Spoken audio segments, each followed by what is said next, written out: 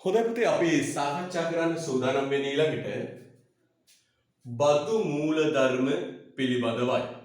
මොකද අපි සාකච්ඡා කරන්න බලාපොරොත්තු වෙන්නේ පුතේ බදු මූලධර්ම පිළිබඳවයි. හරිද? බදු මූලධර්ම පිළිබඳවයි පුතේ අපි සාකච්ඡා කරන්න පටන් ගන්න. මෙහෙම කියමු. මූලධර්ම නේද? මූලධර්ම. නැත්නම් කියනවා පුතේ හොඳ බදු ක්‍රමයක ලක්ෂණ. හොඳ බදු ක්‍රමයක ලක්ෂණ. එතන පුතේ බදු මූලධර්ම කියන තැන යටින් එහෙමත් ලියන්න.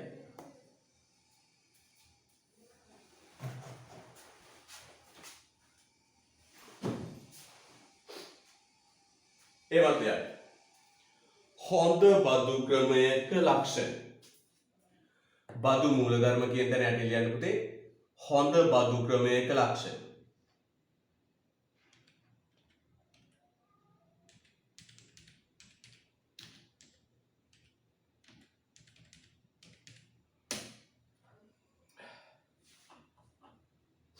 හොඳ බදු ක්‍රමයක ලක්ෂණ.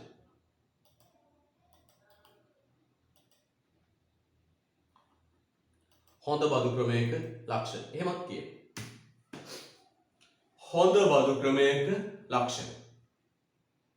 බදු මූලධර්ම කියන හොඳ බදු ක්‍රමයක ලක්ෂණ කියන ඔක්කොම සමානයි. හරිද? right.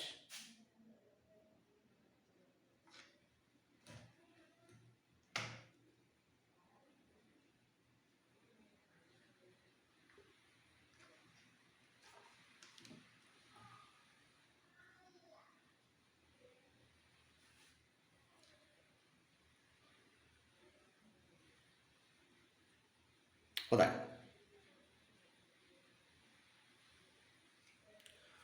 බදු මූලධර්ම නැත්නම් හොඳ බදු ක්‍රමයක ලක්ෂණ. පොතේ මේ බදු ක්‍රමය සාමාන්‍ය අපි කියනවා කතාවක් මොකද්ද? බඹරෙක් මල නොතලා රොන් ගන්නාසේ ආර්ථිකයට හානියක් නොවන විදියට පෞද්ගලිකාංශය අධෛර්යමත් නොවන විදියට බදු අය කළ යුතුයි. කොහොමද කියන්නේ? අර බඹරේ you know the බඹරාරේ small you know කියන්නේ නේවා. බඹරා මල නොතලා රොන් ගන්නාසේ බදු අය කළ යුතුයි. බලන්න ඕනේ දැන් බඹරෙක් ෂේප් එකේ රොන් ටික අරන් යනවා. මල තලන්නේ.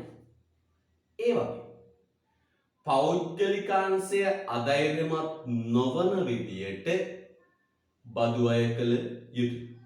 එතකොට බදු ක්‍රමයක් ක්‍රියාත්මක වෙද්දී මෙන්න මේ සාධනීය ලක්ෂණ තියෙනවා. මේ හොඳ ලක්ෂණ ටික ඒ බදු ක්‍රමය තුල තිබිය යුතුයි. අන්න ඒවට අපි නමක් කියනවා පුතේ මොකක්ද කියන්නේ? හොඳ බදු ක්‍රමයක ලක්ෂණ. නැත්නම් බදු මූලධර්ම. අපි කියමු පුතේ බදු අය කිරීමේ මූලධර්ම ලෙස සැලකන්නේ බදු ක්‍රමයක් තුල අන්තර්ගත විය යුතුයි පොදුවේ පිළිගැනෙන ගුණාංග හේවත් යහපත් ලක්ෂණ වේ. හයිලයිට් කරන්න. පොදුවේ පිළිගැනෙන ගුණාංග හේවත් යහපත් ලක්ෂණ වේ. පොදුවේ පිළිගැනෙන ගුණාංග හේවත් යහපත් ලක්ෂණ වේ. පොදුවේ පිළිගැනෙන ගුණාංග හේවත් යහපත් ලක්ෂණ වේ. හරිද?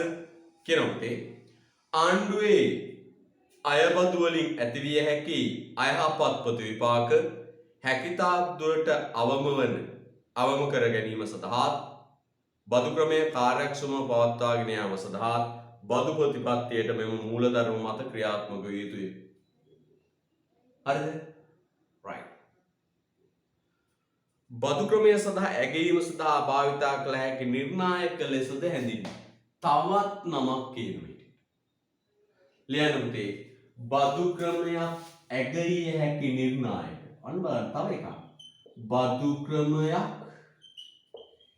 ඇගිය හැකි නිර්ණායක. බදු ක්‍රමයක් ඇගිය හැකි නිර්ණායක. ඒ කියන්නේ පුතේ බදු ක්‍රමය හොඳද නරකද කියලා බලන්න. හොඳද නරකද කියලා බලන්න මෙන්න මේ මූලධර්ම යොදා ගන්න පුළුවන්. පිටුවක 56. බදු ක්‍රමය හොඳද නරකද කියලා බලන්න පුළුවන්. තව පුතේ ප්‍රශ්න 3කට උත්තර දෙනවා. ඔබෙන් ආයේ බදු මූලධර්ම මොනවද? ඔබෙන් ආයේ බදු මූලධර්ම මොනවද? උත්තරය මෙන්න මේ ටික.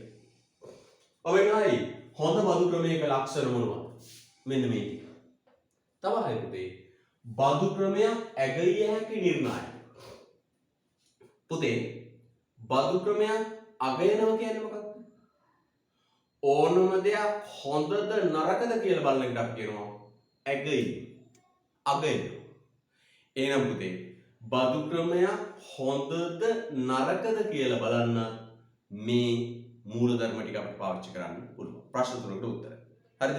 රයිට් මෙන්න පුතේ මූලධර්ම ටික ලියලා අපි එක එක අරන් සාකච්ඡා කරමු. බදු මූලධර්ම ටික ලියලා පුතේ එක එක අරන් සාකච්ඡා කරමු. බදු මූලධර්ම ටික ලියලා පුතේ එක එක අරන් සාකච්ඡා කරමු. පළවෙනි කියන්නේ පුතේ සාධාරණත්වය.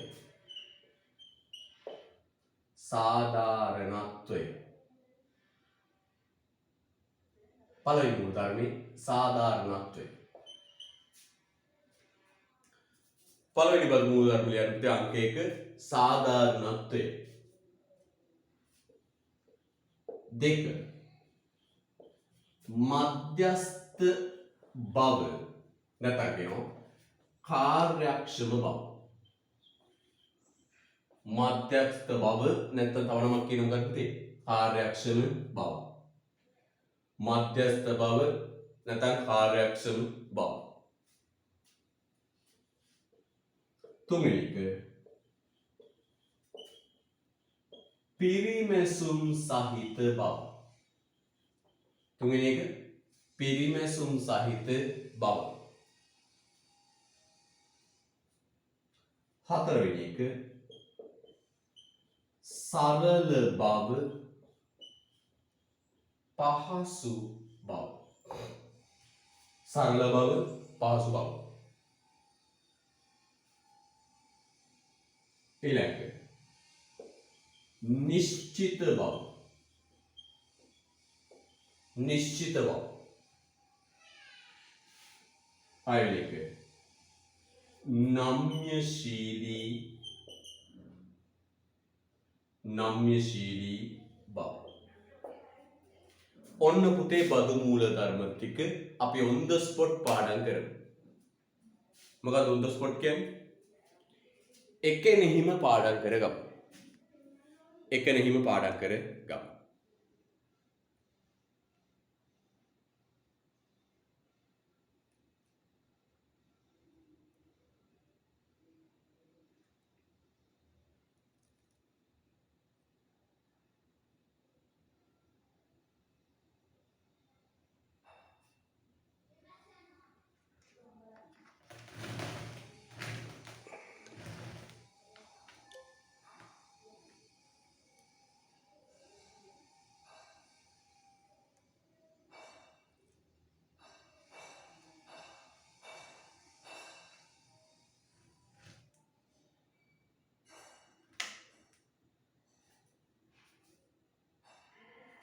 එවලෙම පාඩම් කරගමු. කියමු. මේ ටික උත්තරය එන විදියට ප්‍රශ්න තුනක් හදන්න පුළුවන්. එක බදු මූලධර්ම 6යි. දෙක හොඳ බදු ක්‍රමයක ලක්ෂණ 6යි. තුන බදු ක්‍රමයක් හොඳද නරකද කියලා බැලීමේ නිර්ණායක. නැත්නම් කියනවා බදු ක්‍රමයක බදු ක්‍රමයක් ඇගීමේ නිර්ණායක. ඔය ඔක්කොම පුතේ එකම උත්තරය මෙන්න. හරිද? රයිට් දැන් පුතේ අපි ඕවා වෙන වෙනම අරන් කතා කරමු. එහෙනම් පුතේ අපි එක එක අරගෙන මේවා සාකච්ඡා කරන්න යෙදෙමු. පළවෙනි එක ගමු පුතේ. මොකද්ද පළවෙනි එක? සාධාරණත්වය. පළවෙනි නිර්ණායකය කියනවා මොකද්ද පුතේ? සාධාරණත්වය. පළවෙනි නිර්ණායකය කියනවා මොකද්ද පුතේ? සාධාරණත්වය. බදු ක්‍රමයක සාධාරණත්වය කියන්නේ මොකක්ද? පළවෙනි එක කියනවා සාධාරණත්වය. මොකද මේ සාධාරණත්වය කියලා කියන්නේ? මෙන්න මේකයි. බදු ක්‍රමයක් අසාධාරණ නොවිය යුතුයි. බදු ක්‍රමයක් අසාධාරණ නොවිය යුතුයි. ඒ කියන්නේ බදු අය කිරීමේදී කිසිවෙකුට අසාධාරණයක් නොවිය යුතුයි. ඒ කියන්නේ මෙන්න මේ කතාව. ආදායම වැඩි එකාගෙන් වැඩි බද්දකුත් ආදායම අඩු කෙනාගෙන් අඩු බද්දකුත් අය කළ යුතුයි. ආදායම වැඩි එකාගෙන් වැඩි බද්දකුත් ආදායම අඩු එකාගෙන් අඩු බද්දකුත් අය කළ යුතුයි. මේ හිතන්නකෝ. මේ බලන්න. මම උදාහරණයක් ගන්න සරලයි. ඔන්න මිනිස් දෙන්නෙක් ඉන්නවා. මෙයාගේ ආදායම ලක්ෂ 5යි. මෙයාගේ ආදායම ලක්ෂ 5යි මාසෙක. මේ මිනිස්සු මේ A මේ B මෙයාගේ ආදායම ලක්ෂ 2යි.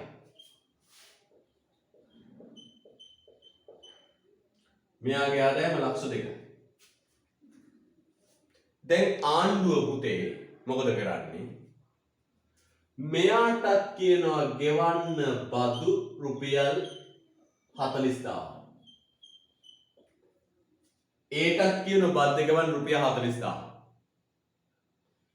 බීටත් කියනවා ඔයත් ගෙවන්න බද්ද රුපියල් 40000.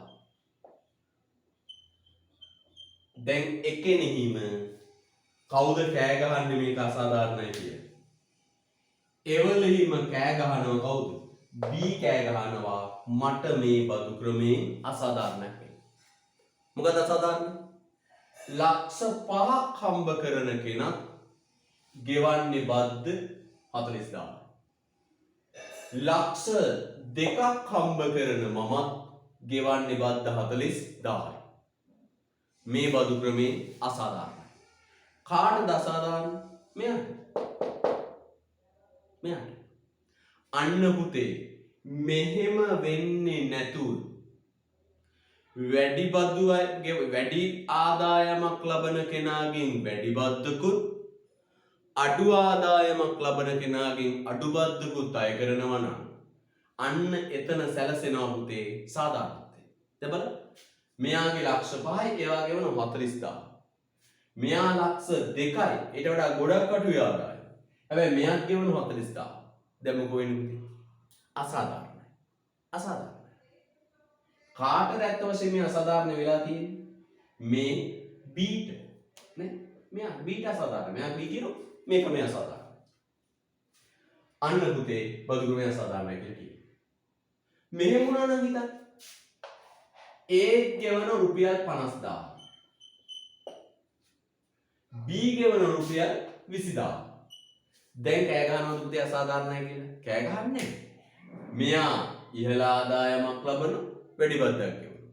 මෙයා අඩු ආදායමක් ලබන සාපේක්ෂව අඩු බද්දක් ගෙවනවා. ඔන්න ඕකටයි පුතේ සාධාරණත්වය කියන්නේ.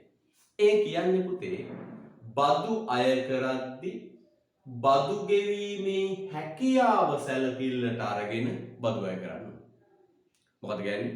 බදු ගෙවද්දී පුතේ බදු ගෙවීමේ හැකියාව පදනම් කරගෙන බදු අය කළ යුතුයි. ඒ කියන්නේ වැඩි බදු ගෙවීමේ හැකියාවක් තියෙන කෙනාගෙන් වැඩි බද්දකුත් අඩුගේ බදු ගෙවීමේ හැකියාවක් තියෙන කෙනාගෙන් අඩු බද්දකුත් අය කරන්න ඕන. අන්න ඒකට තමයි කියන්නේ පුතේ මොකක්ද? සාධාරණත්වය. සාධාරණත්වය. නැත්නම් මෙහෙම කියන්න පුළුවන්. ආදායම ධනය වැඩි එකාගෙන් වැඩි බද්දකුත් ආදායම ධනය අඩු එකාගෙන් අඩු බද්දකුත් අය කළ යුතුයි. එතකොට තමයි ඉටු වෙන්නේ මොකක්ද? සාධාරණත්වය. හරිද? right. හිමීට කියමු පුතේ අපි. මහජනතාව බදු ක්‍රමයක අවනත වනුයේ බදු ක්‍රමය සාධාරණ පදනමකින් නියම කරනු ලැබූ විට දුයේ. සාධාරණත්වයේදී සඳහා කොන්දේසි දෙකක් ඉටු විය යුතුය. highlight කරන්නේ කොන්දේසි දෙකක් ඉටු විය යුතුය. කොන්දේසි දෙකක් ඉටු විය යුතුය.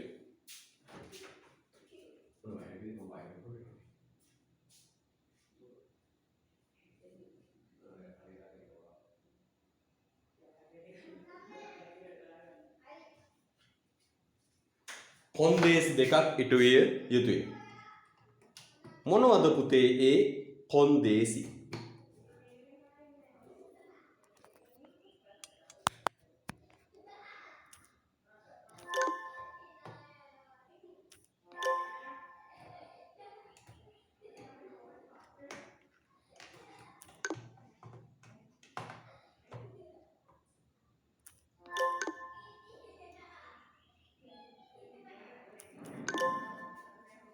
right अब බලමු පුතේ මොනවද ඒ කොන්දේසි?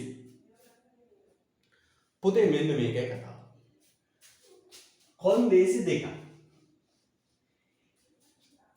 එක තිරස් සාධාරණත්වය, දෙක සිරස් සාධාරණත්වය. එහෙනම් පුතේ ආසන්න කවුරුත් රූපයකට එමු. සාධාරණත්වයේ ඉටු වෙද්දී ඉටු වෙන්න ඕන කොන්දේසි දෙකක් තියෙනවා. සාධාරණත්වයේ ඉටු වෙද්දී පුතේ කොන්දේසි දෙකක් ඉටු වෙනවා. මොකද්ද පළවෙනි එක? තිරස් සාධාරණත්වය. තිරස් සාධාරණත්වය. අනේක පුතේ සිරස් සාධාරණත්වය. සිරස්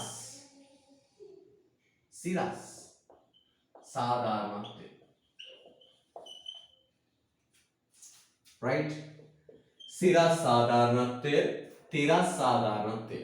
You know the horizontal and vertical. No? Right. සාධාරණත්වය කැල දෙකයි. සිරස් සාධාරණත්වය, තිරස් සාධාරණත්වය. පුතේ බලන්න.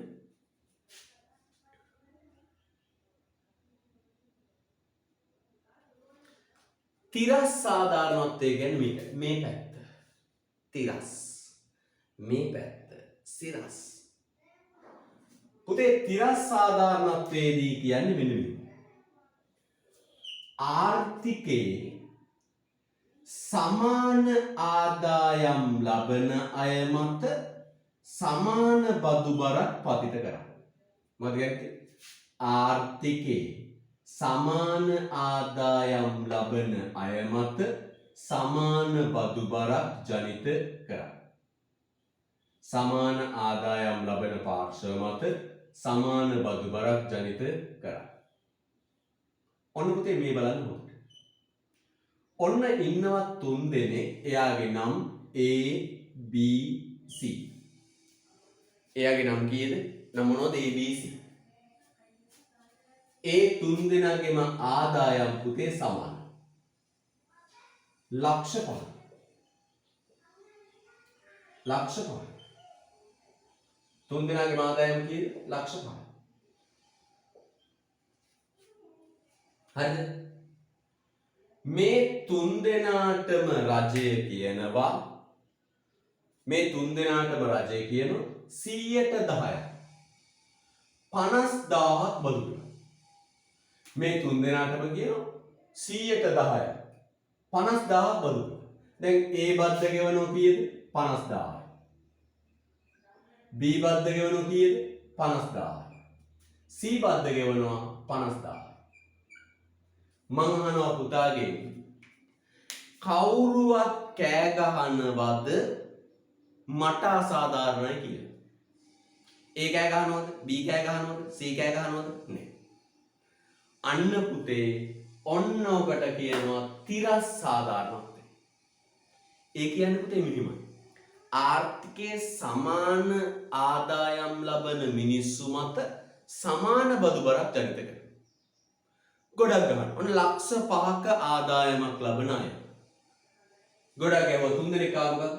ABC. මේ 3 දෙනාට කියනවා right ඔයාගේ ආදායම ලක්ෂ 5යි. ඔය 3 දෙනාම 110ක් 50000 බදු ගෙවයි. දැන් කිසි ප්‍රශ්නයක් නෑ පුතේ. කවුරුත් අසාධාරණ නෑ. මේ පැත්තනේ. මේ පැත්තට. එහෙනම් පුතේ ආර්ථිකයේ ඉන්න සමාන බදු ගෙවීමේ හැකියාවක් තියෙන අය මත සමාන බදු බරක් ගෙවුවම සාධාරණත්වයේ කියනවා. කාටවත් අසාධාරණ නෑ. සමානයි. මේකට කියනවා පුතේ ලස්සන වචනයක්. මෙන්න මේ.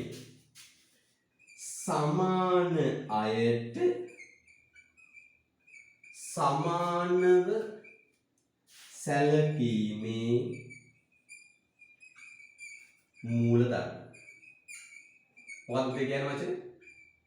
සමාන අයට සමානව සැලකීමේ මූලධර්ම. හරිනේ. සමාන අයට සමානව සැලකනවා. කාටවත් අසාධාරණ නෑ. දැන් පුතේ මේ 3 දෙනාටම එකම බද්දක් පතිත වෙයි. 3 දෙනාටම පතිත වෙන බද්ද ආදායම 3 දෙනාටම ලක්ෂ 5යි. බද්ද 3 දෙනාගම 110යි 50000යි. කාටවත් කතා කරලා කියන්න බෑ අසාධාරණයි. ආදායම් බද්ද දෙපාර්තමේන්තුවට කතා කරලා කාටවත් කියන්න බෑ මේක අසාධාරණයි. ඇයි? සමාන අයට සමානව සලකලා තියෙනවා. මේක නමක් කියන මේ වචන හොඳට මතක තියාගන්න. සමාන අයට සමානව සැලකීමේ මූල ධර්ම. දෙවනි එහෙනම් තිරස්ව බැලුවම සාධාරණ වෙනවා. ආර්ථිකයේ සමාන ආදායම් ලබන අයට සමාන බදු බරක් තියෙනවා. දෙවැනි එක තමයි පුතේ සිරස් මූල ධර්ම. සිරස් මූල ධර්මයේදී කියන්නේ මෙන්න මේක. ඒකේ අනිත් පැත්ත. මොකක්ද පුතේ කියන්නේ? මෙන්න ආර්ථිකයේ ඉන්න පුද්ගලයෝ දෙන්නේ ඔන ආර්ථිකයේ පුද්ගලයෝ දෙන්නෙක් ඉන්නවා. මෙයාගේ ආදායම ලක්ෂ 8යි. මෙයාගේ ආදායම ලක්ෂ 8යි. 8යි. ලක්ෂ 8යි. එයාගේ නම A. මේ ඉන්න B පුතේ. මෙයාගේ ආදායම ලක්ෂ 3යි. B. දැන් ආණ්ඩුව කියනවා මේ පැත්තට බලන්න. මෙහි. හරිද? බලලා කියනවා මෙහි. මෙයාට කියනවා ඔයා ගෙවන්න බද්ද 80000. පර්සන්ට් එකකින් බැලුවොත් 110යි. ලක්ෂ 8ට 80000 ගෙවන්න කියනවා. මෙයාට කියනවා ලක්ෂ 3ට 30000 ගෙවන්න. දැන් මොකෝ වෙන්නේ? සාධාරණයිද අසාධාරණයිද? සාධාරණයි මගේ පුතේ. මෙයා වැඩි බද්දක් ගෙවන්නේ එයාගේ ආදායම වැඩි. ආදායම වැඩි කෙනා වැඩි බද්දක් ගෙවනවා. ආදායම ධනෙ වැඩි එක වැඩි බද්දක් ගෙවනවා. එයා පුතේ 80000. මෙයාගේ ආදායම අඩුයි එයා අඩු බද්දක් ගෙවනවා.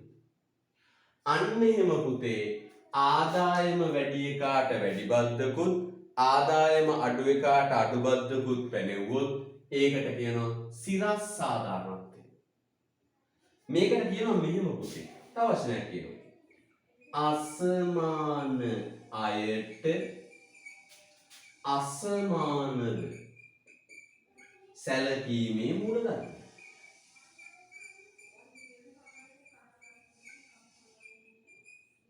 හරිද?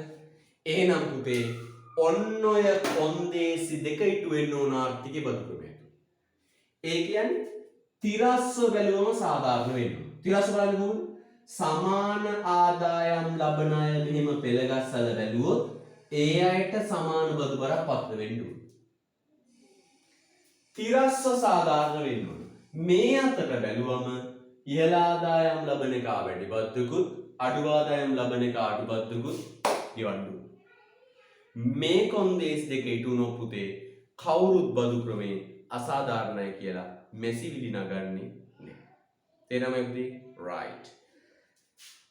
අපි මේ රූපය දාගන්නේ කොහෙද? මේ රූපය අපි දාගන්නේ කොහෙද? ආමුද වැඩේ මේ තියෙන්නේ. 59 වෙනි පිටුවේ යට ලස්සනට දාලා ෆ්‍රේම් කරන්න. පුදුම ලස්සනට. පුතා ප්‍රශ්නයක් එහෙම තියෙනනම් දාන්න. 59 පිටුවේ යට ලස්සනට දාගන්න. ඉඩක් තියෙනව නේද? right.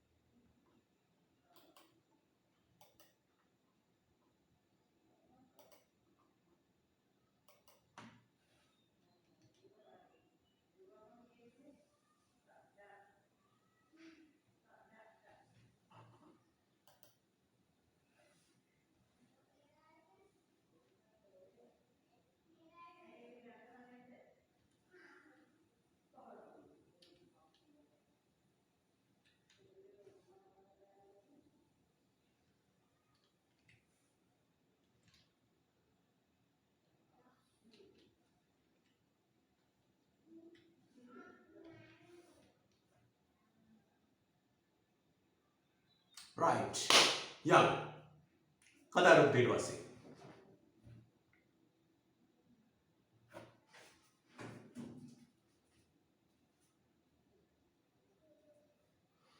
පුතේ කියනවා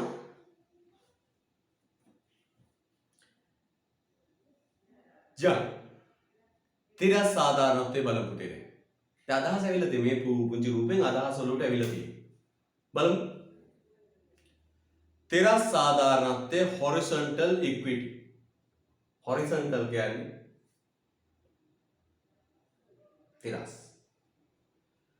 බදු අය කිරීමේදී සමාන ආර්ථික හැකියාවක් ඇති පුද්ගලයන් මත සමාන බදු බරක් ඇති කිරීම මින් අදහස් වේ. පළවෙනි වාක්‍යයම highlight කරලා දාන්න.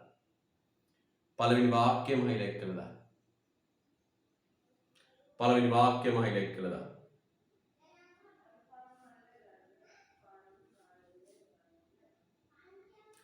බදු අය කිරීමේදී සමාන ආර්ථික හැකියාවක් ඇති පුද්ගලයන් මත සමාන බදු බරක් ඇති කිරීම මින් අදහස් වේ. හරිද? එනම් සමාන අයට සමාන සැලකීමේ මූලධර්මය. අන්න ඒක පුතේ highlight කරන් මෙලෝ දෙයක් පේන්න තියෙනවා. highlight කරන්න. සමාන අයට සමාන සැලකීමේ මූලධර්ම පේන්න මෙන්න තියෙන highlight කරන්න. ඒ තරම් වැදගත්.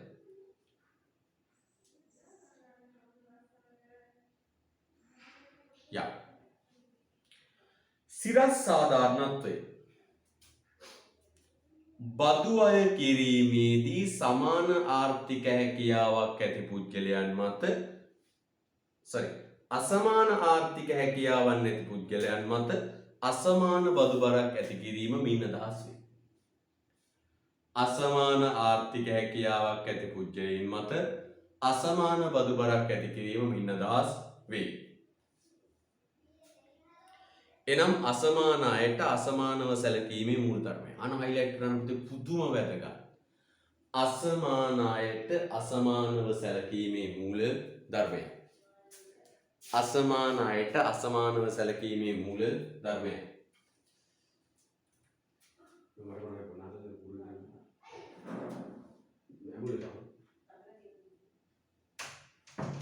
අසමාන අයට අසමානව සැලකීමේ මූල ධර්මය.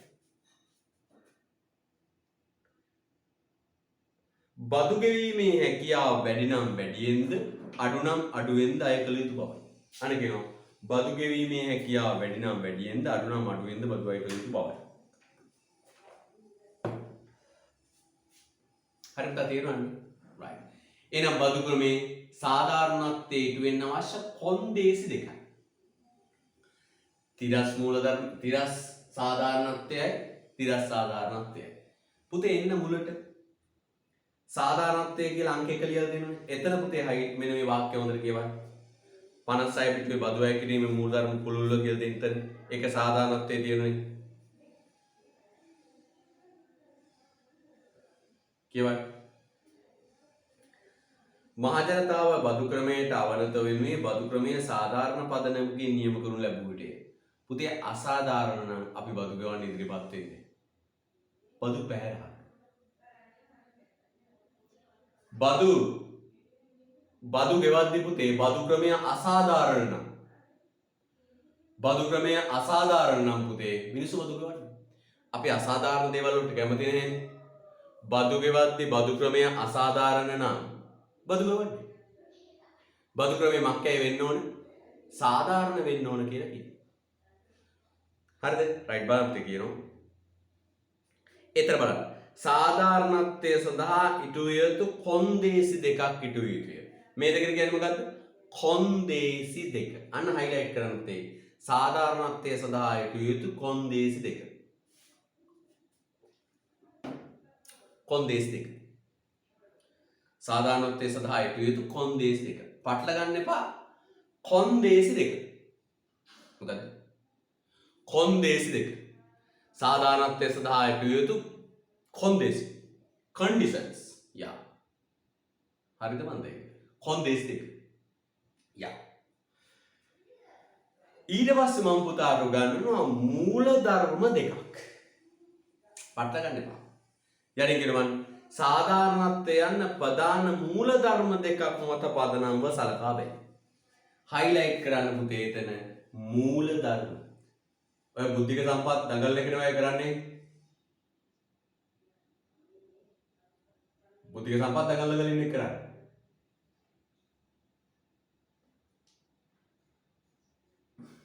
right මම ගොල්ලම හිටියාගේ මේ ඩිල්සන් මැසේජ් එකක් වදිනවා. කන්ඩිෂන් කියන්නේ ඔළුවේ ගන්න જાතියකට. එයාක කන්ඩිෂන් ඩිල්සන් තමුසේ නම ගොන් ඇත්තට රටකෝ. කන්ඩිෂන් කියන්නේ ඔළුවේ ගන්න જાතියක්. හපු. හා ඊට ඇති.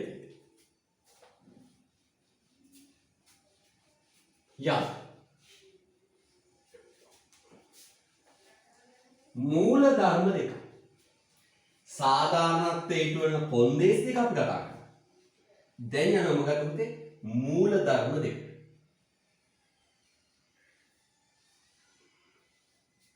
මූල ධර්ම දෙකට යන්න. සාධාරණත්වයට අදාළ මූල ධර්ම දෙක. මූල ධර්ම දෙක.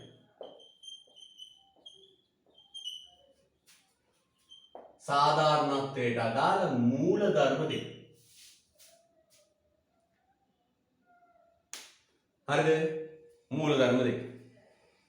පුතේ පළවෙනි එක තමයි පුතේ ගෙවීමේ හැකියාව පිළිබඳ මූල ධර්ම. ගෙවීමේ හැකියාව පිළිබඳ මූල ධර්ම. ඒක නම් සරලයි පුතේ. ඒක කියන්නේ මේකයි. හැකියාව වැඩි එකාගෙන් වැඩි බද්දකුත් ලක්ෂ 5ක් ලබන එකාගෙන් 50000කුත් අඩු ආදායම් ලබන එකාගෙන් අඩු බද්දකුත් අය කළ යුතුයි කියන්නේ. ඒක සාධාරණයි. මොකක්ද ඒ ගෙවීමේ හැකියාව පිළිබඳ මූල ධර්මය කියන්නේ? බදු ගෙවීමේ හැකියාව වැඩි එකාගෙන් වැඩි බද්දකුත්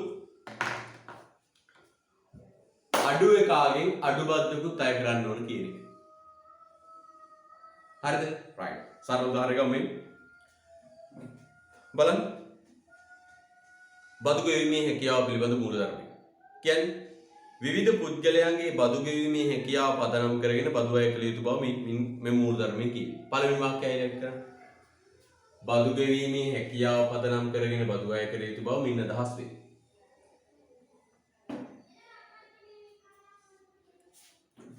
විවිධ පුද්ගලයන්ගේ බදු ගෙවීමේ හැකියාව පදනම් කරගෙන බදු අය කළ යුතු බව මින් මූල ධර්මයෙන් අදහස් වේ. නමුත් පුද්ගලයෙකුගේ බදු ගෙවීමේ හැකියාව මැනීම ඉතා සංකීර්ණ කාර්යයක්. පුතේ බදු ගෙවන එක සංකීර්ණයි. අපි කවුරුත් අපේ ආදායම් මාර්ග හෙලි කරනවද? නෑ. අපි කවුරුත් අපේ ආදායම් මාර්ග හෙලි කරන්න කැමති නෑ. කට ඇරියොත් නෑ කියලා කියන්නේ. ආපෝ නෑ, තතේ නෑ, ආනේ නෑ, කීයක්වත් නෑ. ඒව වැඩක් නෑ, ඒව ලාභයි, සල්ලි එන්නේ නෑ, තේ වලින් එන්නේ නෑ නේද? එහෙම කියලා අඬා වැටෙන්නේ උඹ. ආදායම ගැන කියන්නේ. අන්න පුතේ ආදායම ගැන කියන්නේ නැති උන් ඉන්න රටක බදු ගෙවීමේ හැකියාව පිළිබඳ මේ බදු ගෙවීමේ හැකියාව හොයාගන්න එක අමාරුයි. කට ඇරියොත් නෑ. හැකියාව ඉතා සංකීර්ණ කාර්යයකි. ඔහුගේ ආදායම් ධනය ප්‍රමාණය, ණය ප්‍රමාණය, මිල මට්ටම, යැපෙන්නන් සංඛ්‍යාව ආදී නිර්ණායක රාශියක් මත පදනම්. එහෙනම් පුතේ සාධාරණත්වයේදී තියෙන පළවෙනි මූල ධර්මය තමයි බදු ගෙවීමේ හැකියාව වැඩි එකාගෙන් වැඩි බද්දකුත් අඩු එකාගෙන් අඩු බද්දකුත් අය කරන්න ඕන කියන්නේ.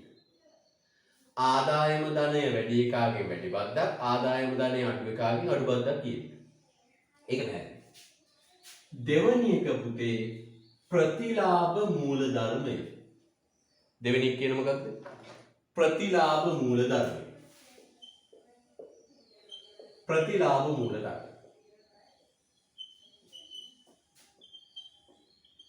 ප්‍රතිලාභ මූල ධර්මය.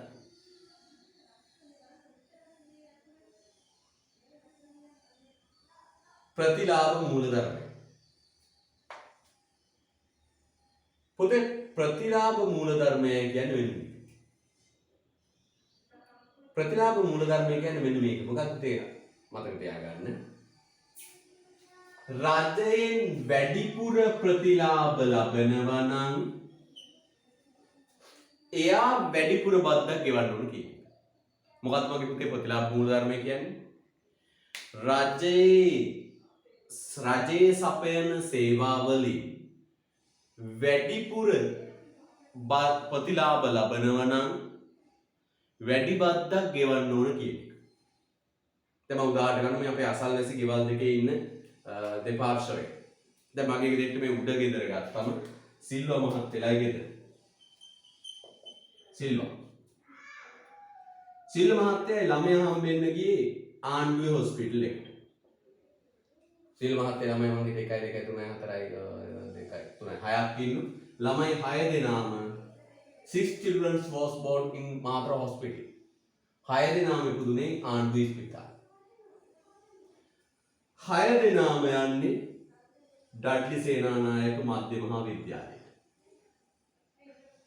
පවුලට හම් වෙනවා පෝෂණවලු. පෝෂණවලු මම 1 2 3 4 5 6ක් ගත්තා දැන්.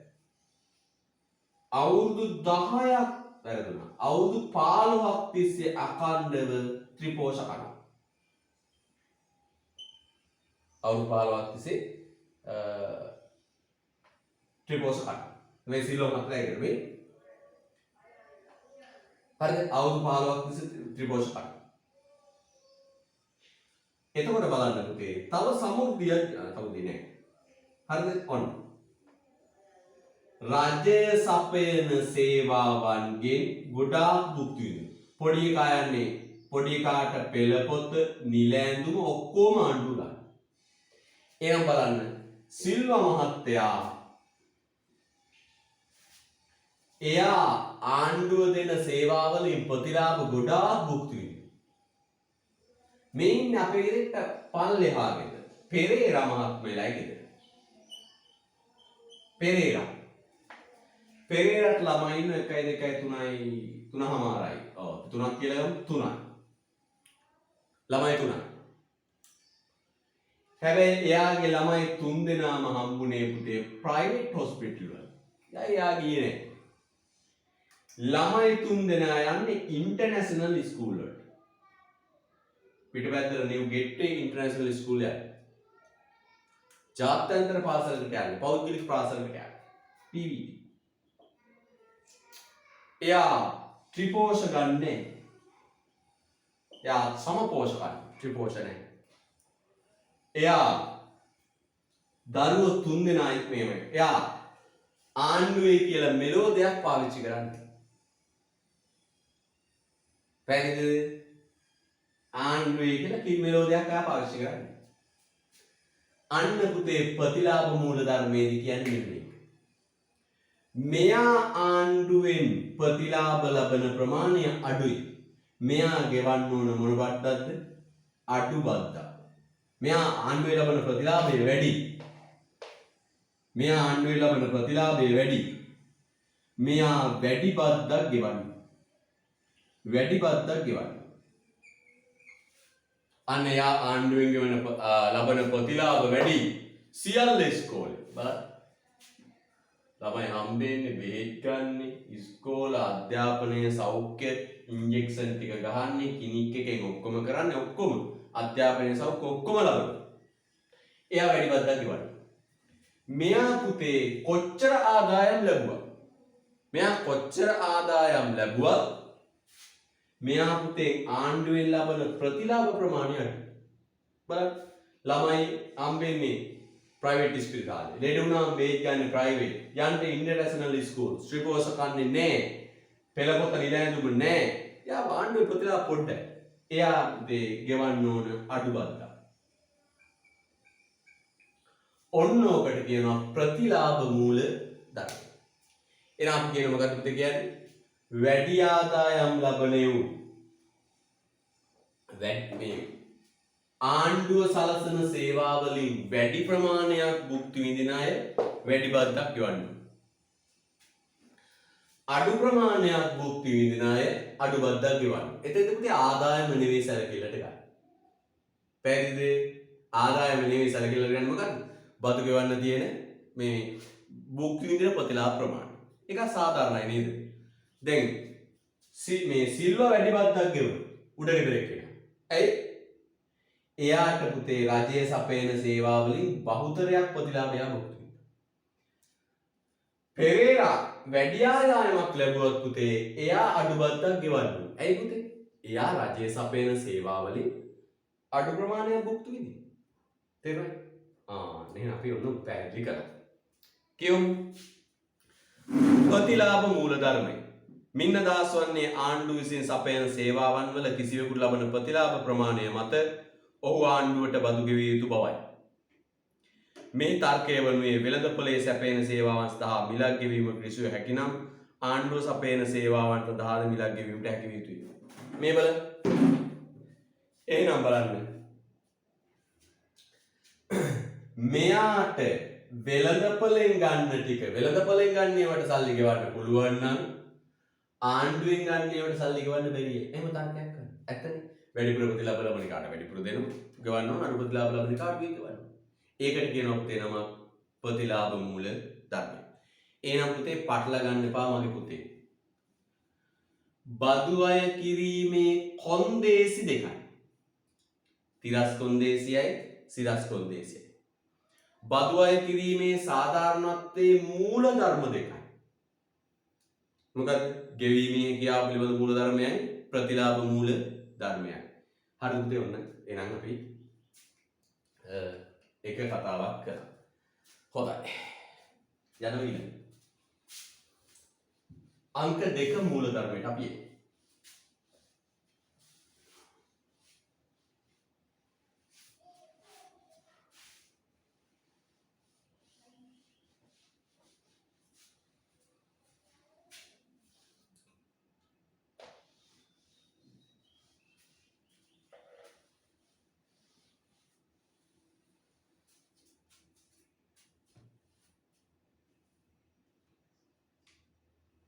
කාර්යක්ෂම බව මධ්‍යස්ථ බව කාර්යක්ෂම බව මධ්‍යස්ථ බව මධ්‍යස්ථ බව මධ්‍යස්ථයි කිසිම නෑ මේක තමයි මම ටියුෂන් එකේ බලහම් පොඩ්ඩක් මම කිසිම ගුරුවරයෙකුට කඩේ යන්නේ නෑ කිසිම ගුරුවරයෙකුට ඩීල් එකක් නෑ මගේ පාඩුවේ මගේ වැඩේ කරන්නේ මට බැන්නත් මම සද්ද නැතුව ඉන්න මට හොඳයි කිව්වොත් සද්ද නැතුව ඉන්න මධ්‍යස්ථ මම ඔබට කවදාවත් කියලා දීද අර ගුරුවරයා හොඳයි හේ යන්න මේ ගුරුවරයා හොඳයි මෙහි ඉන්න එහෙම කියන්නේ මගෙත් එකට ඉඳියක් කොහොම කරත් මම කතා එහෙම කියන්නේ ඒ හැටි කවදාවත් මම ළමයෙකුට ඔයා ඒ විෂයට හේ යන්න එයාට ඒ යන්න එපා එයා බෑ එහෙම කියන්නේ මගේ දරුවෙක් කවෙන්න බරු වෙලාවත් ඇහුවොත් අර විෂයට අර හේ යන්න කොහෙද කියලා මම කියන්නේ ඔයා තීරණය කරන්න. ඔයා තීරණය කරන්න. පැහැදිලිද? ඔයා තීරණය කරන්න අපිට ඒක දාලා නැහැ. ඒක තමයි අපේ මධ්‍යස්ථ බව කියන්නේ. තේරුම් ගන්න. රයිට් යමු. මොකද මේ බදු ක්‍රමේ මධ්‍යස්ථ බව කියන්නේ? මොකද මේ මධ්‍යස්ථ බව කියලා කියන්නේ? පුතේ මෙන්න මේකයි මධ්‍යස්ථ බව කියන්නේ. අහගන්න හොඳට. පුතේ අපි ගෝ මේ බද්දක් පැනෙව්වම මිල යාන්ත්‍රණය අකාර්යක්ෂම වෙනවා. මේ බලන්න කියමු. ඔන්න මිල රුපියල් 10යි. ප්‍රමාණය 500යි. හරිද? ප්‍රමාණය 500යි. දැන් පුතේ බද්දක් පැනෙව මිල රුපියල් 10යි ප්‍රමාණය කීයද 500. දැන් පුතාට මතකයිනේ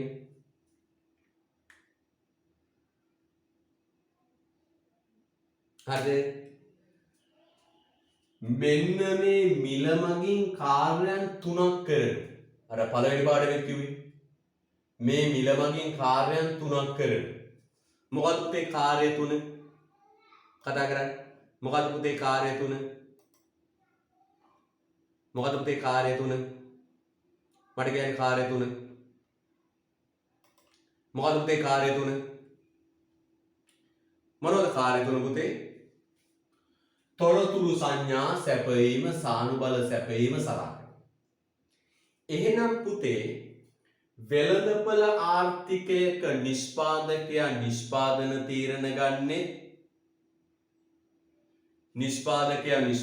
තීරණ ගන්නේ පාරිභෝගිකයා පාරිභෝජන තීරණ ගන්නේ වෙළඳපළ මිල පදනම් කර. සවුන්ඩ් හරි ගියා නේද? හරි හරි. තවත් ජෙනටික්ස් කැලක් අයි කරා. මේ මිනිස්සේ හදනවා මේක දැනුත්. හරිද? මාත් බලන්න පුතා උපරිමයෙන් කරගන්න. මේ දැනුත් මිනිස්සේ කියලා මේ හදවනවා මේක මේ මොකද වෙලා තියෙන්නේ කියලා බලන්න. හරිද? right. යන්න. නිෂ්පාදකයා නිෂ්පාදන තීරණ ගන්නේ පාරිභෝගිකයා පාරිභෝජන තීරණ ගන්නේ මෙන්න මේ වෙළඳපළ මිල පදනම් කරගෙන. මේ වෙළඳපළ මිල පදනම් කරගෙන. හරිද? මේ වෙළඳපළ මිල පදනම් කරගෙන. එතකොට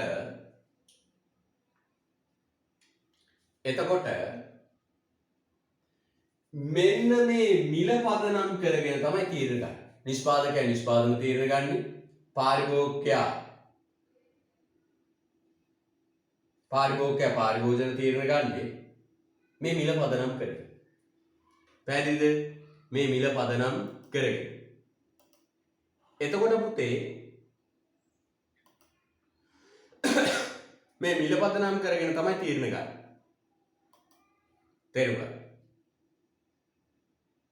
මේ මිල පදනම් කරගෙන තීරණ ගන්න.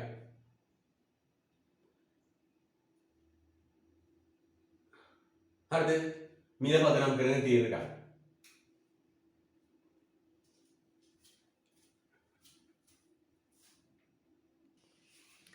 වෙළඳපළ ආර්ථිකයේ නිෂ්පාදකයා නිෂ්පාදන තීරණ ගන්නේ. පාරිභෝගිකයා පාරිභෝජන තීරණ ගන්නේ මෙන්න මේ මිල පදනම් කරගෙන. මේ මිල පදනම් කරගෙන. හරිද? මේ මිල පදනම් කරගෙන. මේ මිල පදනම් කරගෙන ගන්න තීරණ මේ මිල පදනම් කරගෙන ගන්න තීරණ මේ මිල පදනම් කරගෙන ගන්න තීරණ ගන්න ක්‍රමයට අපි නමකුත් කියන මොකක්ද පුතේ නම? price mechanism මිල යාන්ත්‍රණය. මේක නමක් කොහොමද පුතේ නම කිව්වේ? මිල යාන්ත්‍රණය. මිල යාන්ත්‍රණය. පුතේ දැන් මොකද වෙන්නේ? මේ භාණ්ඩෙට බද්දක් පැනෙවුවම සැපයුම් වක්‍රය දකුණට වමට පැනලා අන්න අර මිල පුතේ වෙනස් වෙනවා. තීරණ ගත්ත මිල වෙනස් වෙනවා. තීරණ ගත්ත මිල වෙනස් වෙනවා. පුතේ අර තීරණ ගත්ත මිල වෙනස් වෙනවා. අන්න පුතේ කියනවා. හරිද? එහෙනම් බලන්න පුතේ හොඳට අරගත්ත තීරණ පුතේ වෙනස් වෙනවා. අරගත්ත තීරණ වෙනස් වෙනවා.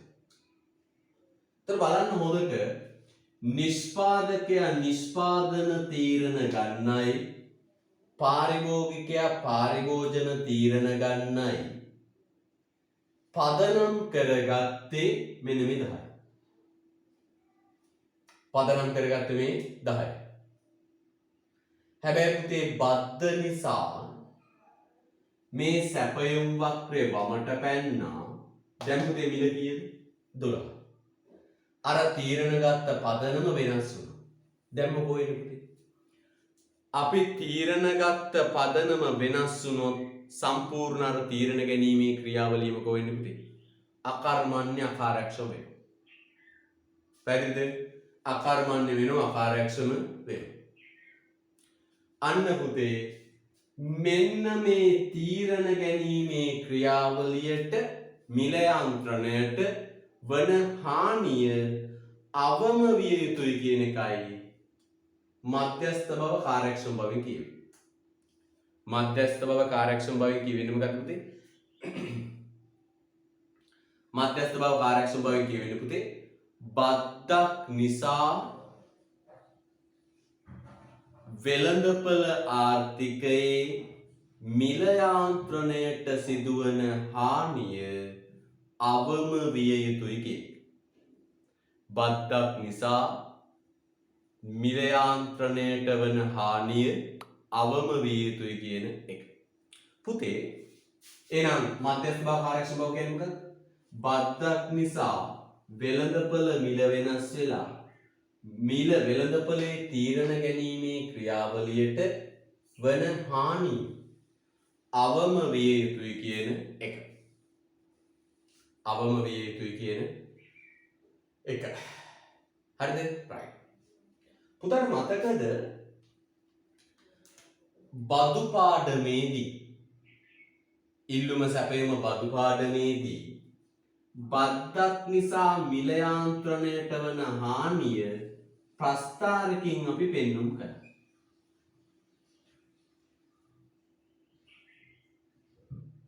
ප්‍රස්ථාරකෙන් පැහැදිලි කරා. අන්න පුතේ මිල යාන්ත්‍රණයට වන හානිය අපි නම් කරා පුතේ තෙන්දී මොන බර කියලාද? අධි බදු බර. අපි නම් කළා මොකක් කියලාද පුතේ? අධි බදු බර. එහෙනම් පුතේ මතක තියාගන්න බදු පැනවීමේ මධ්‍යස්ථ බව කියන්නේ මොකක්ද? මධ්‍යස්ථ බව කියන්නේ මොකක්ද පුතේ?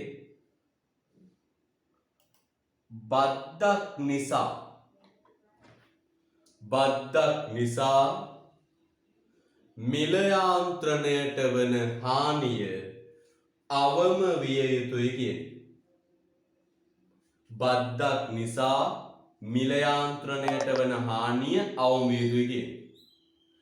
අධි බදු බර අවම විය යුතුයි කියන එක. ලස්සන මේක දාගන්න. කොහොමද දාගන්න ලස්සනට?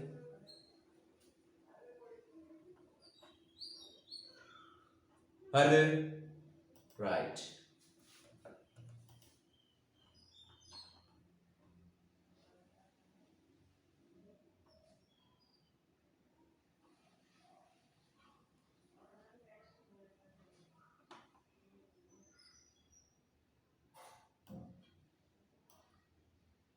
හරිද?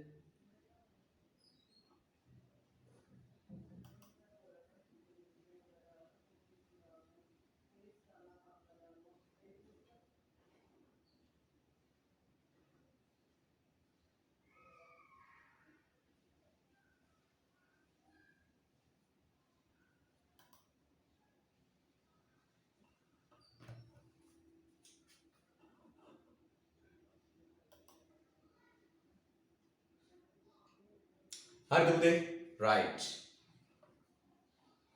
හොඳයි. යන්න. මේක පොඩ්ඩක් දාගන්න මතක් වෙයි.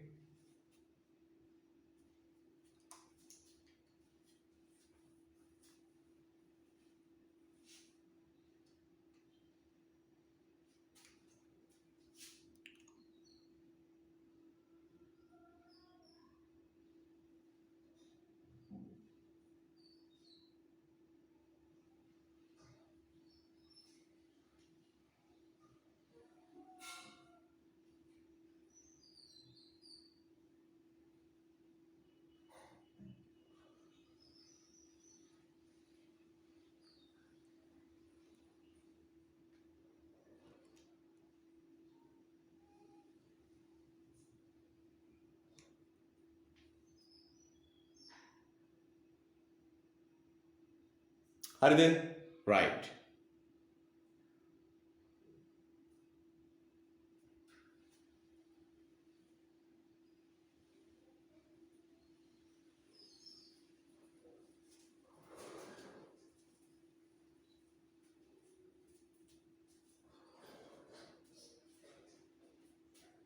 පොඩ්ඩක් සයිඩ් එකේ දාගන්න පුතේ මතක් වෙන්නේ කොතනද දන්නේ කියලා අහන්න හොඳ වැඩේ.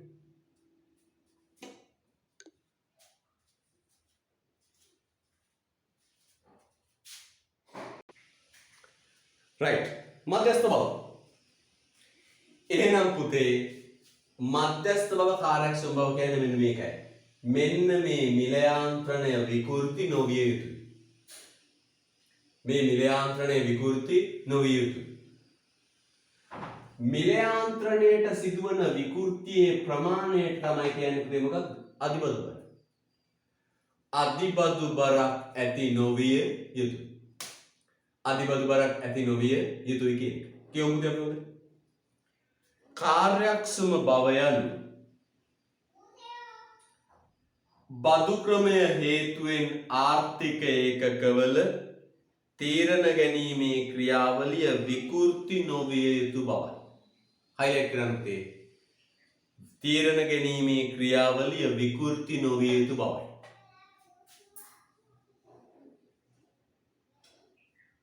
තීරණ ගැනීමේ ක්‍රියාවලිය විකෘති නොවිය යුතු බවයි. අන්න පුතේ නිෂ්පාදකයෝ පාරිභෝගිකයෝ තීරණ ගත්ත මේ තීරණ ගැනීමේ ක්‍රියාවලිය මිල යාන්ත්‍රණය විකෘති නොවිය යුතුයි කියන්නේ. බලන්න. කාර්යක්ෂම බද්දක් මගින් අධිබදු බරක් ඇති නොකෙරේ. පුතේ මේ මිල යාන්ත්‍රණයට වන හානිය තමයි අපි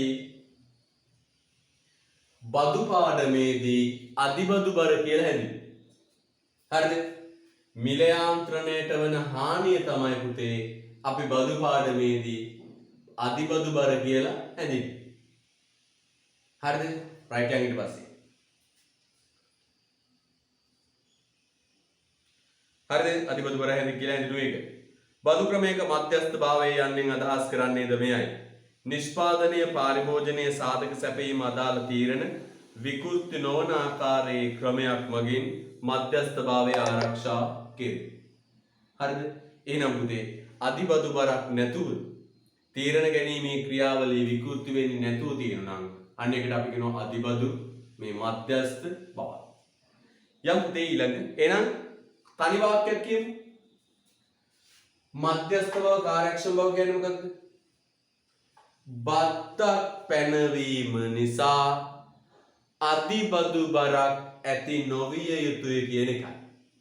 බද්දක් පැනවීම නිසා තීරණ ගැනීමේ ක්‍රියාවලිය විකෘති නොවිය යුතුය කියන එකයි. හරිද? විකෘති නොවිය යුතුය කියන එකයි. බලන්න පුතේ ඊළඟ බදු මූල ධර්මයට එන්න. ඊළඟ බදු මූල ධර්මයට එන්න.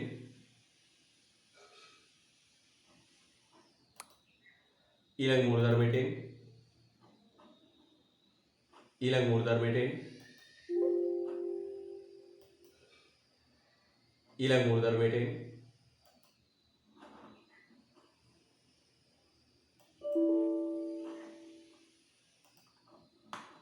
ඊළඟ මූල ධර්මයට එන්න. හරි. මොකද ඊළඟ මූල ධර්ම කියන්නේ? ඊළඟ මූල ධර්මය කියනවා පුතේ බද්දක් මගින් බද්දක් මගින් මධ්‍යස්ථ බව උල්ලංඝනය වෙන විට ඇතිවන ආර්ථික ප්‍රතිවිපාක. අන්න තවත් කතාවක්. බද්දක් මගින් මේ මධ්‍යස්ථ බව මූල ධර්මයේ උල්ලංඝනය වෙනකොට ඇතිවන ප්‍රතිවිපාක. මේ බලන්න.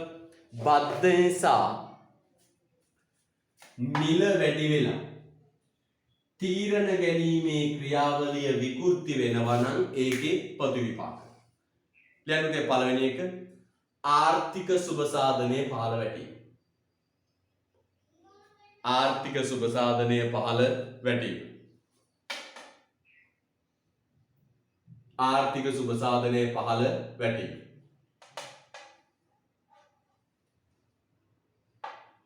ආර්ථික සුබ සාධනයේ පහත වැටීම.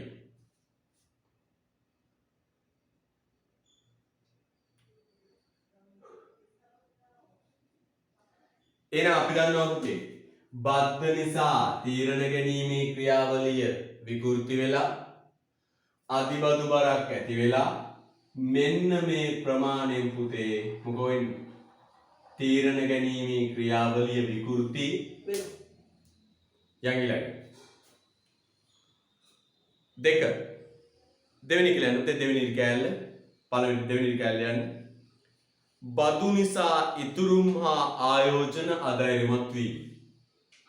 බදු නිසා ඉතුරුම් සහ ආයෝජන අධෛර්යමත් වීම.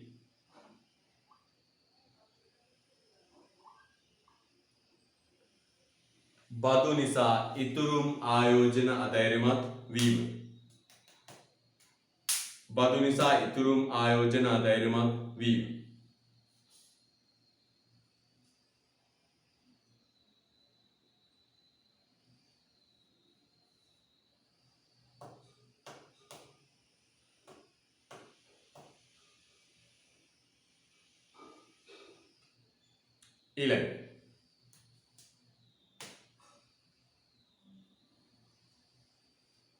ඊළඟ යන්නේ ලාභ මත පැනවෙන බදු වැඩි කිරීම මගින් ලාභ මත පැනවෙන බදු වැඩි කිරීම මගින් ලාභ මත පැනවෙන බදු වැඩි කිරීම මගින් ලාභ මත පැනවෙන බදු වැඩි කිරීම මගින් ලාභ මත පැනවෙන බදු වැඩි කිරීම මගින්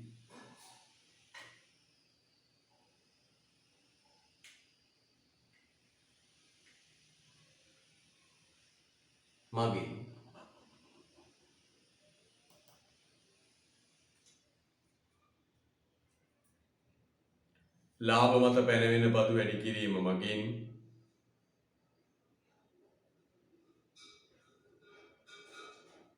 ව්‍යවසායකත්වය අධෛර්යමත් වීම. ලාභ මත පැනවෙන බදු වැඩි කිරීම මගින් ව්‍යවසායකත්වය අධෛර්යමත් වීම.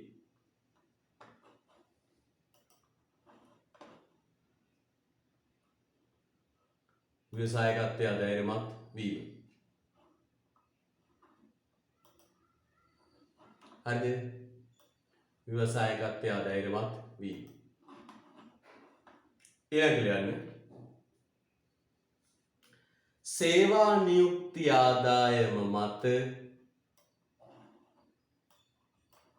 සේවා නියුක්ති ආදායම මත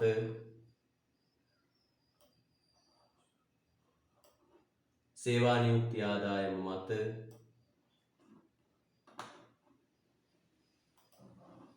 සේවා නියුක්ති ආදායම මත බදු අය කිරීම නිසා බදු අය කිරීම නිසා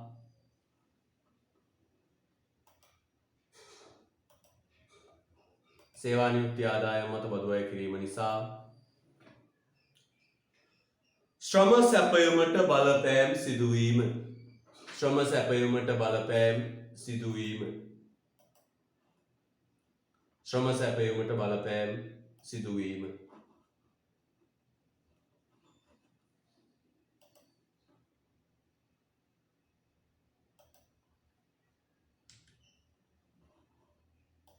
ශ්‍රම සැපයීමට බලපෑම් සිදුවීම.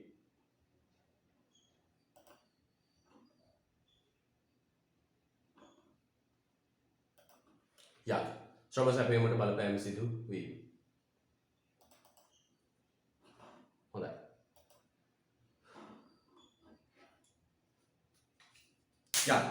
ඊට පස්සේ අපි යනවා පුතේ අවම් බදු මේ බදු පැනවීමේ ඊළඟ මූලධර්මයේ පිරිමැසුම් බව අවම පිරිවැය.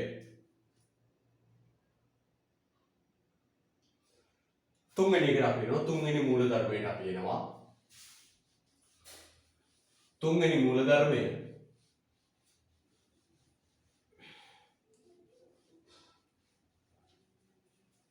අංක 3 මූලධර්මය පිරිමැසුම් බව අවම පිරිවැය. පිරිමැසුම් බව නැත්නම් කියනවා අවම පිරිවැය. තුන්වෙනි එකට ඔබට ඒක නම් සරලයි. වචනේ අර්ථයෙන්ම තේරෙනවා. පිරිමැසුම් බව පිරිමැසුම් බව අවම පිරිවැය. ඒකේ අදහස මෙන්න මේකයි පුතේ. මොකද්ද? මේ බදු ටික අය කරගන්න හරිද? මේ බදු ටික අය කරගන්න යන වියදම හැකිතා අවම විය යුතුයි කියන එක. මොකද කියන්නේ? මේ බදු ටික අය කරගන්න යන පිරිවැය හැකිතා අවම විය යුතුය කියන එක. එහෙනම් කොහොමද කියන්නේ පුතේ? මේ බදු ටික අය කරගන්න යන පිරිවැය වියදම පුළුවන් තරම් මොකක් වෙන්න ඕන කියන එකද? අවම වෙන්න ඕන කියන එක. පුළුවන් තරම් අවම වෙන්න ඕන. ඇත්තද පුතේ? රුපියල් 50000ක බදු ටිකක් රැස් කරගන්න බදුවා රුපියල් 50000ක බදු ටිකක් රැස් කරගන්න රුපියල් 24000ක් වියදම් වෙනවා නම් වැඩක් නෑ. වැඩක් නෑ. නේද? හොඳට කල්පනා කරන්න. වැඩක් නෑ. එහෙනම් බලන්න පුතේ හොඳට රුපියල් 50000ක බදු ටික රැස් කරගන්න 24000ක බදු ආත්මිකක් ගෙවන්න වියදමක් යනවනම් තේරුමක් නෑ. වැඩක් නෑ. වැඩක් නෑ. තේරුමක් නෑ. නේ? අන්න පුතේ හොඳට මතක තියාගන්න බදු අය කරන්න යන පිරිවැය හැකිතා මොකෝ වෙන්න ඕන? අවම වෙන්න ඕන. එහෙනම් පුතේ මොකද කියන්නේ? බදු ටික රැස් කරගන්න යන වියදම හැකිතා අවම විය යුතුය. බලන්න කියමු මොකක්ද? පරිමසුම් බව යනු බදු ගෙවීමේදී බදු ගෙවන අයටත් බදු එකතු කිරීමේදී ආණ්ඩුවටත් දැරීමට සිදුවන පිරිවැය අවම විය යුතු බවයි. සම්පූර්ණයෙන් හයිලයිට් කරන්න පළවෙනි වාක්‍යය. සම්පූර්ණයෙන් හයිලයිට් කරන පළවෙනි වාක්‍යය.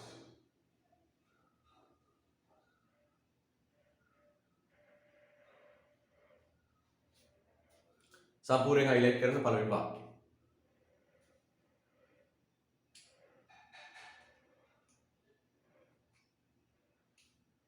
මොකද කියන්නේ? බදු ගෙවීමේදී බදු ගෙවන අයටත් බදු අය එකතු කිරීමේදී ආණ්ඩුවටත් දැරීමට සිදුවන වියදම හැකිතාක් අවම විය යුතු බවයි. එනම් බදු ක්‍රමයේ මෙහෙයුම් පිරිවැය වන පරිපාලන හා අනුකූලතා වියදම් අවම විය යුතු බවයි. හරිද? right. ඊළඟ අංක 4 පුතේ සරල බව පහසු බව. ඊළඟ මූලධර්ම. ඒ කියන්නේ සරලයක් තියමුද? සරල බව පහසු බව. ඒ කියන්නේ පුතේ බදු ක්‍රමයක් පුළුවන් තරම් මොකක් වෙන්න ඕනද? සරල විය යුතුයි. බදු ක්‍රමයක් පුළුවන් තරම් මොකක් වෙන්න ඕනද පුතේ? සරල විය යුතුයි. සරල වෙන්න. පුතේ බදු ක්‍රමය මේ සාමාන්‍ය ජනතාවට සාමාන්‍ය බුද්ධියක් තියෙන මිනිහට තේරුම් ගන්න පුළුවන් වෙන්න.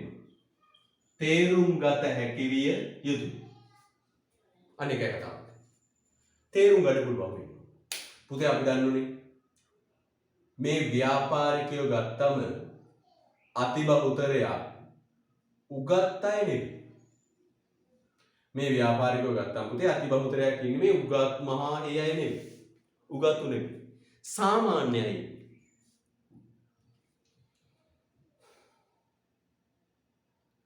සාමාන්‍ය මිනි බුද්ධියක් තියන අය ඉන්නේ. එතකොට මේ සාමාන්‍ය දැනුම් මට්ටමක් තියෙන පුද්ගලයාට මේ බදු ක්‍රමය තේරෙන්න ඕන. එයා ගෙවිය යුතු බද්ද කොච්චරද? ඒ බද්ද ගණනය වුණේ කොහොමද? අනාගතයේදී ගෙවන්න වෙන බද්ද කොච්චරද? ඇයි මගෙන් බදු අය කරන්නේ? ඒ ආදී දේවල් පිළිබඳ පුතේ අවබෝධයක් තියෙනවා. එහෙම නැතුම් පුතේ බදු ක්‍රමය සංකීර්ණ වුණොත් එහෙම නැතුව බදු ක්‍රමය සංකීර්ණ වුණොත් පුතේ මොකෝ වෙන්නේ? බදු ක්‍රමය සංකීර්ණ වුණොත් මිනිස්සු බදු ගෙවන එක නතර කරනවා. බදු පැහැරෙනවා. සංකීර්ණ තේරෙන්නේ. එනම් පුතේ හොඳ බදු ක්‍රමයක් නිතරම සරල වෙන්න. සරල වෙන්න. හොඳ බදු ක්‍රමයක් නිතරම තේරුම් ගන්න පුළුවන් වෙන්න. හොඳ බදු ක්‍රමයක් නිතරම තේරුම් ගන්න පුළුවන් වෙන්න ඕන. right යන් ඊට පස්සේ බලන්න. ඊට පස්සේ කියනවා කියවන හොඳට සරල බව පහසු බව. පහසු බව යනු බදු ක්‍රමයේ හැකියතාක් දුරට සරල විය යුතුයි යන්නයි. අන්න ඒ පළවෙනි වාක්‍යය highlight කරා. ඒකෙන් සම්පූර්ණ කියවෙන්නේ. බදු පහසු බව යනු බදු ක්‍රමයේ හැකියතාක් දුරට සරල විය යුතුයි යන්නයි. එනම් බදු ගෙවන්නාට තමා ගෙවන බදු මුදල, බදු පදනම, බදු තක්සේරුව ආදිය පිළිබඳව නිසි අවබෝධයක් ලැබෙන පරිදි බදු ගෙවීමත් බදු අය කර ගැනීමත් කිසිවෙකුට අපහසුතාවක් ඇති නොවන පරිදි බදු අය කළ යුතු බවයි. බද්දක් සරල හා පහසු වන තරමට බදු පැහැරීම. බද්දක් සරල වෙන තරමට පුතේ. බද්දක් පහසු වෙන තරමට පුතේ බදු පැහැරීමේ ප්‍රවණතාව අඩු. බදු පැහැරීමේ ප්‍රවණතාව අඩු. යම් තව කියමු. ඊළඟට පුතේ නිශ්චිත බව. ඊළඟ මොකක්ද කියන්නේ? නිශ්චිත බව. නිශ්චිත බව. ඊළඟ මොකක්ද පුතේ නිශ්චිත බව කියන්නේ? නිශ්චිත බව.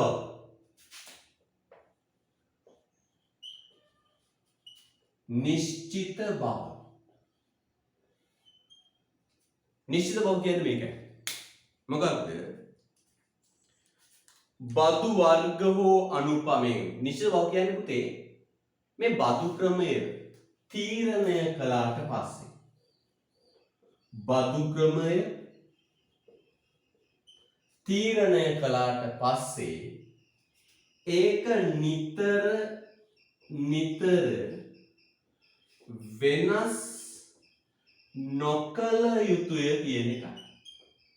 මොකද පුතේ නිශ්චිත බව කියන්නේ බදු ක්‍රමයක් තීරණය කළාට පස්සේ බදු ප්‍රතිපත්තිය තීරණය කළාට පස්සේ ඒ බදු ක්‍රමය පුතේ නිතර වෙනස් නොකළ යුතුයි. නිතර වෙනස් නොකළ යුතුයි. පැහැදිලිද? බදු ක්‍රමේ නිතර වෙනස් කරන්න බෑ. පුතේ බදු ක්‍රමේ ඒකාකාරීව තියෙනවා. දැන් අපේ රට ගත්තම පුතේ බදු ගෙවන්න නැති වෙන්න ප්‍රධානම හේතුවක් තමයි මේ බදු ක්‍රමේ නිතර වෙනස් කරන. එක පරිපාලකයෝ ආපු ගමන් ඒ අය ටක්කාලා බදු ක්‍රමේ වෙනස් කරනවා. තියෙන බදු ක්‍රම අවලංගු කරනවා, අලුත් බදු ක්‍රම ගේනවා. තියෙන බදු අවලංගු කරලා අලුත් බදු ගෙනාවම් පුතේ අර බදු ක්‍රමය සංකීර්ණ වෙනවා. බදු ගෙවන මිනිස්සයාට මේක තේරුම් ගන්න බැරි වෙනවා. ඒකේ ප්‍රතිඵලය පුතේ බදු ක්‍රමය සංකීර්ණ වෙනවා. ඒකේ අවසාන ප්‍රතිඵලය මිනිස්සු බදු පැහැරෙනවා. එහෙනම් පුතේ නිශ්චිත බව කියන්නේ මේකයි. මොකක්ද? බදු ක්‍රමයක් තීරණය කළ පසු එය නිතර වෙනස් නොකොට දීර්ඝ කාලයක් පැවතිය යුතුයි කියන එක. මොකද කියන්නේ? බදු ක්‍රමයක් තීරණය කළ පසු එය නිතර වෙනස් නොකර දීර්ඝ කාලයක් පැවතිය යුතුයි කියන එක. දීර්ඝ කාලයක් තියෙන්න ඕන කියන්නේ. එම දීර්ඝ කාලයක් තියෙනකොට පුතේ අර සංකීර්ණ ගතියක් ඇති වෙන්නේ නැහැ. යන්න බලන්න. නිශ්චිත බව යනු බදු වර්ග හෝ අනුපාත නියම කළ විට ඒවා හදිසියේ වෙනස් නොකළ යුතු බවත් බදු ගෙවන්නාට අනාගතයේ දැරීමට සිදුවන බදු බර කල්තියා සැලසුම් කළ හැකි විය යුතු බවත්. එතකොට පුතේ නිතර වෙනස් වන බදු ක්‍රමයක අනාගතයේ ගෙවන්න ඕන බද්ද තීරණය කරන්න අමාරුයි. නේ? අන්න කියනවා පුතේ එහෙම වෙන්න බෑ. බදු ක්‍රමේ නිතර වෙනස් වෙන්න බෑ. අනාගතයේ ගෙවන්න ඕන බද්ද පුතේ පැහැදිලිව තීරණය කරන්න පුළුවන් වෙන්න ඕන. ඒක අවශ්‍යයි. බදු ක්‍රමේ නිතර වෙනස් කරන්න හොඳ නැහැ. ඊළඟට නම්‍යශීලී බව. පුතේ නම්‍යශීලී බව කියන්නේ මේකයි. ඊළඟ බදු මූල ධර්මයට එනවා. අපේ ඊළඟ බදු මූල ධර්මය මොකක්ද පුතේ? නම්‍යශීලී බව. නම්‍යශීලී බව. මොකක්ද ඊළඟ පද මූල ධර්මයේ? නම්‍ය